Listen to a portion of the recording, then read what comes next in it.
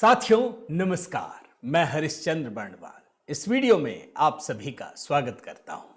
दोस्तों वैसे तो आज रविवार का दिन है, लेकिन मोदी सरकार में क्या रविवार क्या सोमवार, सब दिन काम होता है। और आज तो बजट का दिन है। बजट के दिन 11 बड़ी खुशखबरी दोस्तों। अब देखिए, आर्थिक मोर्चे पर पूरी दुनिया में अनिश्चितता छाई हुई है। कल सुबह ही मैंने कहानी बताई दोस्तों, और आपने देखा कि सोने चांदी के रेट में कितना भूचाल आया हुआ है। लेकिन इन सभी भूचालों के बीच भारतीय अर्थव्यवस्था के लिए वित्त मंत्री निर्मला सीतारमण ने कमाल कर दिया दोस्तों, कमाल। और प्रधानमंत्री मोदी ने तो सबको माला माल कर दिया। आपके जीवन पर भी असर पड़ रहा है दोस्तों। इसका कैसे, अभी मैं आपको दिखाऊंगा। एक एक खुशखबरी देखिएगा। और ये खुशखबरी इसलिए भी दिखा दे रहा हूं दोस्तों, क्योंकि आप याद रखिए बजट के बाद क्या होगा, ये भी मैं निकाल के रखा हूं। कैसे कैसे लोग बोलेंगे। एक तो जैसे कहते हैं ना कि आलोचना करने का भी एक तरीका होता है, पढ़ने लिखने की जरूरत नहीं है। अब राहुल गांधी सवाल बोलेंगे कि देखो बजट तो ये 20 लोगों ने तैयार किया, उसमें कितने ओबीसी एससी एसटी हैं। एक व्यक्ति बोलेगा ये किसानों के खिलाफ है, एक व्यक्ति बोलेगा ये गरीबों के खिलाफ है। लेकिन असल में दोस्तों कहानी उल्टी है। आज मैं आपके सामने 11 बड़ी खुशखबरी गिन करके दिखाऊंगा दोस्तों, और तब आपको लगेगा कि निर्मला सीतारमण को अगर प्रधानमंत्री मोदी ने वित्त मंत्री बनाया है तो ये कितनी बड़ी बात है। क्या उन्होंने देखा था जिसकी वजह से बनाया था। मेरा निवेदन है दोस्तों, जरूर कमेंट कीजिएगा। आज तो बजट डे है, तो जो आपके दिल में आए, जय लक्ष्मी माता, यही लिखिए। आज तो मां लक्ष्मी के गुणगान करने का दिन है। तो आइए शुरू करते हैं। बाकी जो मेरा गीत है दोस्तों, मेरी टीम ने तैयार किया है। मोदी जी ने जो बोला वो करके दिखाया, यही थीम रखा है। बताइएगा कैसा लगा, कमेंट में मैंने पिन कर दिया है। अब मैं एक एक करके खुशखबरी सुनाना शुरू करूं दोस्तों, उससे पहले कुछ रिकॉर्ड आपके सामने रख देता हूं। अभी ये खुशखबरी नहीं बता रहा, रिकॉर्ड बता रहा हूं। आप जानते हैं भारत का जो पहला बजट है वो 1860 में स्कॉटलैंड के अर्थशास्त्री जेम्स विल्सन ने तैयार किया। और आजादी के बाद जो पहला बजट है वो 26 नवंबर 1947 को आर के शनमुगम चेट्टी ने किया। लेकिन नेहरू ने भी किया दोस्तों, नेहरू ने भी एक बजट पेश किया था। हालांकि वो बहुत ही संक्षिप्त काल के लिए वित्त मंत्री रहे। इंदिरा गांधी ने भी पेश किया, लेकिन वो पूर्णकालिक वित्त मंत्री नहीं थी। पूर्णकालिक पहली महिला वित्त मंत्री निर्मला सीतारमण बनी हैं। और पूर्णकालिक ये रिकॉर्ड है दोस्तों, याद रखिए। अभी कल ही महाराष्ट्र को पहला डिप्टी सीएम, पहला महिला डिप्टी सीएम मिला है। निर्मला सीतारमण पूर्ण रूप से वित्त मंत्री पहली बार एक महिला के तौर पे बनी है। और एक और रिकॉर्ड है दोस्तों, भाई गांधी परिवार ने तो दशकों तक शासन किया। क्या आप जानते हैं 9 बार रिकॉर्ड बजट पेश करने जा रही हैं। 9वां बजट है इनका। और सबसे अधिक बजट पेश करने का जो रिकॉर्ड है वो मोरारजी देसाई के नाम पे है, 10 बार। यानी निर्मला सीतारमण भी इस रिकॉर्ड को तोड़ने जा रही हैं। यह है प्रधानमंत्री मोदी के काम करने का तरीका दोस्तों। विश्वास करते हैं और विश्वास पर वो खरी उतर रही हैं। कई सारे बयान मैंने सुने हैं दोस्तों, जब ये वीडियो बना रहा था ना, निर्मला सीतारमण को किस तरीके से राहुल गांधी, प्रियंका वाड्रा ने कोसने का काम किया। लेकिन अभी छोड़ दीजिए, अब तो मैं आपको खुशखबरी ही दिखाने जा रहा हूं। पहली खुशखबरी बजट के दिन आपको बता रहा हूं दोस्तों। हेडलाइन पढ़ लीजिए। आईएमएफ ने भारत और चीन को यूएस से दिखाया आगे, एलन मस्क बोले शक्ति संतुलन। अब ये क्या है आप जानते हैं दोस्तों। इंटरनेशनल मॉनेटरी फंड जो उसने रिपोर्ट दी है, उससे जो अमेरिका का सिंहासन है, डोनाल्ड ट्रंप का सिंहासन, वो डोलता हुआ नजर आ रहा है, डोल रहा है। ये बेचैनी इसीलिए है दोस्तों। आप जानते हैं जो पूरी दुनिया की जीडीपी है उसमें टॉप 10 कंट्रीज जिसका कंट्रीब्यूशन है उसमें अमेरिका पीछे है। अब ये कितनी बड़ी बात है आप समझिए। ये मोदी जी के नेतृत्व में ही संभव हो पाया है। मैं जरा आपको आंकड़ा दिखाता हूं, आंकड़े देखकर आपको समझ में आ जाएगा। ये वर्ल्ड ऑफ स्टैटिस्टिक्स है, आप देखिए। जो वर्ल्ड का ग्रोथ है, जो जीडीपी है, उसमें टॉप 10 कंट्रीब्यूटर कौन है? चीन 26.6, दूसरे नंबर पर भारत है 17% का, और यूनाइटेड स्टेट्स कहां पे है? 9.9%, आधे पे है, करीब करीब आधे पे, करीब भारत दुगुने पे है। ये top 10 contributors to global real GDP growth, GDP growth की बात कर रहा हूं मैं। भारत और चीन मिला करके 43.6% ग्लोबल ग्रोथ का है ये, आप समझ लीजिए। ये बहुत बड़ी बात है दोस्तों। ये तब होता है ना जब लगातार कंसिस्टेंसी के साथ देश की अर्थव्यवस्था को नए पंख लगाए जाते हैं, और ये पंख तब लगते हैं जब आपकी नीति और नीयत दोनों अच्छे होते हैं। दूसरी खुशखबरी बताता हूं दोस्तों, ये पहली खुशखबरी थी। चिली के साथ फ्री ट्रेड एग्रीमेंट, उसकी भी पूरी तैयारी हो गई है।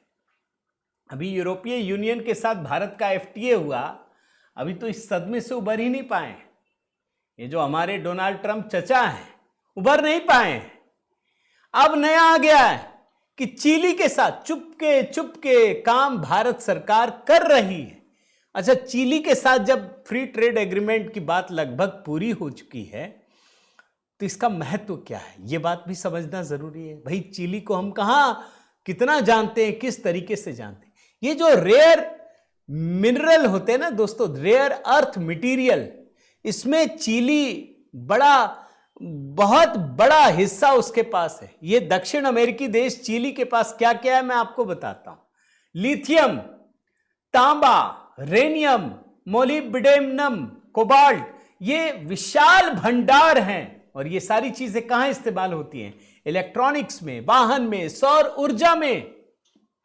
भारत में इसकी किल्लत है दोस्तों। तो अगर फ्री ट्रेड एग्रीमेंट होगा तो हमको वो रेयर अर्थ मटेरियल मिलेंगे जिसकी हमें सख्त जरूरत है, अमेरिका को भी जरूरत पड़ती है। ये है दूसरी बड़ी खुशखबरी। मैं बजट से ही रिलेटेड आपको बता रहा हूं दोस्तों। खुशखबरी नंबर 3, वेनेजुएला की जो कार्यवाहक राष्ट्रपति हैं डेल्सी रोड्रिग्स, उन्होंने खुद प्रधानमंत्री मोदी से बातचीत की है। अब देखिए, वेनेजुएला के राष्ट्रपति को उठा तो लिया, कहा डोनाल्ड ट्रंप ने सारा कब्जा है। अरे कब्जा होने से होगा क्या? सामान बिकना भी तो चाहिए। अब इस सामान की बिक्री हो, इसके लिए उस देश को भी तो कॉन्फिडेंस में लेना पड़ेगा। अब मोदी जी ठीक है, अपने देश के लिए तो चीजें हर कोई करता ही है, और मोदी जी तो विशेष रूप से बहुत देशभक्ति के साथ करते हैं। लेकिन ये फोन आया कहां से दोस्तों, इस बात को समझिए। वेनेजुएला की कार्यवाहक राष्ट्रपति ने किया है। कह रही है हमारी संस्कृति तो कब से जुड़ी हुई है, ये कहती है वो। यानी एक रास्ता खुल रहा है, बड़ा रास्ता खुल रहा है। यहां अमेरिका को दिक्कत भी नहीं होगी, खरीदिए भाई, वो भी वसूलेगा। लेकिन भारत तो तभी खरीदेगा ना जब भारत को सस्ता मिले। भाई, मोदी जी को तो अब डोनाल्ड ट्रंप भी समझ गए हैं कि मोदी जी को झुका नहीं सकते, और खास करके देश हित की जब बात होगी तो नहीं झुका सकते। कोई पर्सनल गेन नहीं है मोदी जी के। वो किसी भी कीमत पर अपने जो किसान हैं, डेयरी क्षेत्र हैं, नहीं झुकते, नहीं झुके। अच्छा, आपको एक बात बताता हूं दोस्तों, पता नहीं आपने वो शायद मैं कह भी नहीं पाया, मैंने पढ़ा था कि जब यूपीए सरकार कर रही थी ना यूरोपीय यूनियन से, तो भाजपा वाले विरोध करते थे। अभी कुछ लोग चला रहे थे कि देखो भाजपा ने विरोध किया था। क्यों कर रहे थे? कि आप एफटीए में एग्रीकल्चर और डेयरी प्रोडक्ट्स मत शामिल कीजिए, इसलिए विरोध कर रहे थे। अभी जो एग्रीमेंट हुआ ना, उसमें एग्रीकल्चर शामिल नहीं है। यह होती है देशभक्ति। तो यह है तीसरी खुशखबरी वेनेजुएला से। चौथी खुशखबरी सुनिए दोस्तों, जो भारत का विदेशी मुद्रा भंडार है वो रिकॉर्ड स्तर पे पहुंच गया है। और जो 23 जनवरी को सप्ताह खत्म हुआ, जो लेटेस्ट आंकड़ा है दोस्तों, 8.05 अरब डॉलर बढ़ गया है और अब जो कुल विदेशी मुद्रा भंडार है 709.41 अरब डॉलर पहुंच गया है। पिछले हफ्ते था 701.36 अरब डॉलर, अब है 709.41 अरब डॉलर। ये बहुत बड़ी बात है दोस्तों। अब तो भारत जो टॉप के देश है ना उसमें शामिल हो चुका है। तो ये चौथी खुशखबरी। पांचवी खुशखबरी, इकोनॉमिस्ट, याद है ना आपको मोदी जी के बारे में क्या क्या नहीं कहा, कितनी गालियां दी। अमेरिका का ये जो पत्रिका है दोस्तों, वो मोदी जी को और भारत को कोसने में कभी पीछे नहीं रहता, कभी भूल चूक से भी तारीफ नहीं कर सकता। अब उल्टा हो गया। इस इकोनॉमिस्ट ने भारत और यूरोपीय यूनियन के बीच जो फ्री ट्रेड एग्रीमेंट हुआ है, ये अमेरिका को आईना दिखा रहा है। ये कह रहा है इकोनॉमिस्ट कि ट्रंप ने कहा था अमेरिका 90 दिनों में 90 समझौते करेगा, लेकिन ऐसा नहीं कर पाया। वहीं भारत ने अमेरिका से 100% ज्यादा ट्रेड डील की है। माने डोनाल्ड ट्रंप कहता रह गया, कुछ नहीं कर पाया, और मोदी जी कह नहीं रहे थे, कुछ भी नहीं कर लिया। ये 90 कुछ नहीं किया और भारत ने 100% ज्यादा ट्रेड डील किया, अमेरिका से तुलना की जा रही है। ये इकोनॉमिस्ट बता रहा है। अब ये क्यों बता रहा हूं दोस्तों, समझिए। ये जो राहुल गांधी हैं वो दरअसल बाहर के अखबारों को ही दिखाते हैं ना, याद है ना, इकोनॉमिस्ट, देखिए इकोनॉमिस्ट है, ये देखिए फाइनेंशियल टाइम्स है, ये देखिए टाइम्स पत्रिका है, ये इकोनॉमिस्ट है। इकोनॉमिक्स में सबसे बड़ी पत्रिका है। और राहुल गांधी जी, आपने तो भारत की इकोनॉमी को डेड इकोनॉमी कहा था। क्यों कहा था? क्योंकि डोनाल्ड ट्रंप चचा ने कहा था। अब ये तो डोनाल्ड ट्रंप चचा को भी गरिया रहा है और कह रहा है मोदी जी तो कमाल कर चुके हैं। तो ये है खुशखबरी नंबर 5। खुशखबरी नंबर 6, फाइनेंशियल ईयर 26 में पर्सनल इनकम टैक्स से दोस्तों सरकार को करीब करीब 14.5 लाख करोड़ की आमदनी होने का अनुमान है और कॉर्पोरेट टैक्स से 10.8 लाख करोड़ की संभावना जताई गई है। अब पिछले 4 सालों में दोस्तों, ये 1 साल की बात नहीं है, अगर पिछले 4 सालों का ट्रेंड देखेंगे ना, तो ये जो कमाई हो रही है ना इनकम टैक्स से, ये लगातार बढ़ोतरी हो रही है। अब अगर इनकम टैक्स से सरकार के कर में बढ़ोतरी हो रही है दोस्तों, तो एक बात सोचिए, ये कोई जजिया कर तो है नहीं भाई। जिसकी इनकम बढ़ेगी उसी से तो टैक्स मिलेगा ना। और मोदी सरकार तो 12 लाख कर चुकी है, आप जानते हैं। यानी लोगों की इनकम बढ़ रही है तो टैक्स देने वालों की संख्या भी बढ़ रही है। लोगों का सरकार पे विश्वास बढ़ रहा है।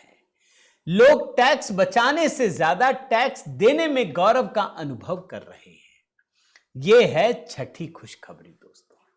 खुशखबरी नंबर 7, जो नया इकोनॉमिक सर्वे आया है दोस्तों, उसने एक नई कहानी बयान की है कि दुनिया भर में कितनी भी उथल पुथल क्यों ना हो, लेकिन भारत की गाड़ी पटरी पर ही नहीं है बल्कि बुलेट ट्रेन की तरफ से दौड़ रही है। और जो फाइनेंशियल ईयर 27 है दोस्तों, उसमें भारत की जीडीपी ग्रोथ का अनुमान 6.8 से 7.2% के बीच रखा गया है। अभी दुनिया के जितने बड़े देश हैं ना, उनके लिए असंभव है, इम्पॉसिबल, हो ही नहीं सकता। वहां पर अगर भारत की जीडीपी ग्रोथ रेट 6.8 से 7.2% के बीच है, इसका मतलब है कि ये जो कमाल अभी मोदी सरकार कर रही है वो अगले काफी लंबे समय तक विद्यमान ही रहने वाली है। यह है खुशखबरी नंबर 7। अब आइए खुशखबरी नंबर 8। 26 महीने के हाई पर आईआईपी ग्रोथ पहुंच गई है दोस्तों। आईआईपी का मतलब क्या है? औद्योगिक उत्पादन सूचकांक। जो औद्योगिक उत्पादन होता है ना, उसका जो सूचकांक है उसकी बात कह रहा हूं। जो लेटेस्ट आंकड़े आए हैं वो 26 महीने यानी 2 साल से भी ज्यादा समय को अगर मिला लीजिए तो सबसे तेज ग्रोथ है। दिसंबर महीने में 7.8% और वहीं नवंबर की बात करेंगे तो 7.2%, यानी ये नए नए रिकॉर्ड बना रही है। ये खुशखबरी है दोस्तों, ये भारत के लिए। ये जो आप बजट में चीजें देखते हैं या इकोनॉमिक सर्वे में, ऐसा नहीं होता कि एक दिन में कोई लिखत पढ़त में चीजें होती हैं। उसके जो चारों तरफ के आयाम होते हैं, जब वो अच्छा करते हैं, सस्टेनेबल डेवलपमेंट होता है, समग्र विकास होता है। ऐसा नहीं कि एक पाया मजबूत है बाकी 3 कमजोर है, या 3 पाया मजबूत है 1 कमजोर है, तब नहीं चलेगा। तो ये कहानी है दोस्तों। आईआईपी ग्रोथ भी 26 महीने के सबसे ऊपरी स्तर पे है। खुशखबरी नंबर 9, भारत आते ही यूएई ने पाकिस्तान को औकात दिखा दी। आप जानते हैं ना, अभी संयुक्त अरब अमीरात के राष्ट्रपति शेख मोहम्मद बिन जायद अल नाहयान अभी 2-2.5 घंटे के लिए, सिर्फ इतनी ही देर के लिए आए। लोगों को आश्चर्य होगा क्या, उसका असर कैसे दिखता है ये आप समझिए। यहां से यूएई के राष्ट्रपति अपने देश पहुंचे और जाते ही इस्लामाबाद इंटरनेशनल एयरपोर्ट के संचालन की योजना से खुद को अलग कर दिया, पाकिस्तान को झटका दे दिया। आपने कल पाकिस्तान के राष्ट्रपति और जो उसके आर्मी चीफ हैं उसका बयान आपने सुना होगा, मैं निकाल नहीं पाया दोस्तों, वरना मैं सुना देता। वो कह रहे हैं कि हमको भीख मांगने में बड़ी शर्मिंदगी होती है। हम कहीं जाते हैं तो दोस्त हमारा केयर तो करते हैं, लेकिन हमको भीख मांगना पड़ता है, सिर झुक जाता है, और झुका दिया है। भारत आए यूएई के राष्ट्रपति, इस्लामाबाद को खत्म कर दिया, बोला हम नहीं करेंगे तेरा काम। और इतना ही नहीं, ये जो यूएई के राष्ट्रपति हैं वो इसके बाद रूस पहुंच गए, रूस में भी बड़ी डील की है। यानी आप इसको इस तरीके से लीजिए दोस्तों कि जो अरब के देश हैं उसका गेटवे भी भारत बन रहा है। कि आपको दुनिया के बाकी देशों से संबंध बनाने हैं तो भारत आने के बाद आपको नया रास्ता मिलता है। यह बहुत बड़ी खुशखबरी है दोस्तों। अब आइए खुशखबरी नंबर 10। भाई आर्टिफिशियल इंटेलिजेंस का जमाना है। अभी बहुत कम समय में दुनिया का सबसे बड़ा कॉन्फ्रेंस भी हो रहा है, आप जानते होंगे, आर्टिफिशियल इंटेलिजेंस पर। अब आप सुनिए दोस्तों, भारत सरकार ने, जैसे इसरो है ना स्पेस रिसर्च के लिए, मोदी सरकार ने आईरो की शुरुआत की है। आईरो क्या है? AIAIRO, फुल फॉर्म क्या है? Indian AI research organisation. यानी आर्टिफिशियल इंटेलिजेंस को लेकर के भारत पूरी शिद्दत के साथ ये एक संस्था बना दी गई है कि हम किसी भी तरीके से पीछे नहीं रहेंगे। हम एग्जीक्यूशन के लेवल पर अब इतने आगे बढ़ेंगे और उसके लिए एक पूरी की पूरी संस्था बना दी गई है। यह भारत की जरूरतों और डेटा से जुड़ी सुरक्षा पर पूरा ध्यान रखेगी। Made in India AI system को विकसित करना इसका लक्ष्य बनाया गया है। मतलब आईरो को AI के क्षेत्र में वैसा ही स्थान मिले जैसा स्पेस के क्षेत्र में इसरो को मिला है। आप उस विजन को समझिए दोस्तों, ये बहुत बड़ा विजन है। ये ऐसे ही नहीं हो सकता, इसके लिए बहुत शांति के साथ काम करने की जरूरत पड़ती है। आपके पास एक विजन होना चाहिए कि हम कहां पहुंचना चाहते हैं। भाई 2047 अगर विकसित भारत की परिकल्पना रखी गई है तो उसके लिए काम भी तो करना पड़ेगा। वो काम हो रहा है आर्टिफिशियल इंटेलिजेंस के क्षेत्र में दोस्तों। अब एक और खुशखबरी, आखिरी, हालांकि आखिरी क्या, अंतहीन है। खुशखबरी नंबर 11, बजट के बीच ही बहुत बड़ी खुशखबरी। जितने भी केंद्रीय कर्मचारी हैं दोस्तों, अब उनका डीए बढ़ाने का फैसला कर लिया गया है। महंगाई भत्ते को 5% बढ़ोतरी का रास्ता साफ हो गया है। इससे लाखों सरकारी कर्मचारी, पेंशन भोगी, उनकी सैलरी पर सीधे सीधे असर पड़ेगा। उनकी कमाई बढ़ जाएगी, आम आदमी को फर्क पड़ने वाला है। तो ये खुशखबरी है दोस्तों। मेरा तो यही मानना है कि जब ये तो एक तरफा होता है ना, जब आप दुनिया के बाकी देशों को देखेंगे ना, तब आपको समझ में आएगा कि भारत कितना स्थिरता के साथ, कितनी स्थिरता के साथ आगे बढ़ रहा है। सस्टेनेबल डेवलपमेंट है, ऑल टाइप डेवलपमेंट है। ऐसा नहीं कि एक क्षेत्र में, हर क्षेत्र में काम हो रहा है, डाइवर्सिफाइड है, हर देश से बात हो रही है, बकलोली नहीं हो रही है जैसा डोनाल्ड ट्रंप करते हैं, बोलो केवल, करो कुछ नहीं। ईरान को फंसा दिया। अभी आप जानते हैं कि भाई रूस यूक्रेन में, यूक्रेन को चढ़ाते रहे, युद्ध में उलझा दिया, कुछ नहीं काम किया। अभी ईरान को उकसा रहे हैं, कर कुछ नहीं रहे हैं, वो युद्ध लड़ भी नहीं पाएंगे। अगर युद्ध में फंस गए ना तो बर्बाद हो जाएगा अमेरिका। तो दोस्तों, ये 11 खुशखबरी है। मेरा निवेदन है, जरूर कमेंट कीजिए, आप बताइए भारत की खुशखबरी हम सब के लिए कितना गौरव लेकर आती है। साथ ही दोस्तों, अगर चैनल सब्सक्राइब नहीं किया है तो ज़रूर कीजिए, लाइक कीजिए, बेल आइकन दबाइए। मेरा व्हाट्सएप नंबर आपके पास है, मेरे ग्रुप से जुड़ना चाहे मैसेज कीजिए। बहुत बहुत धन्यवाद। जय सिया राम।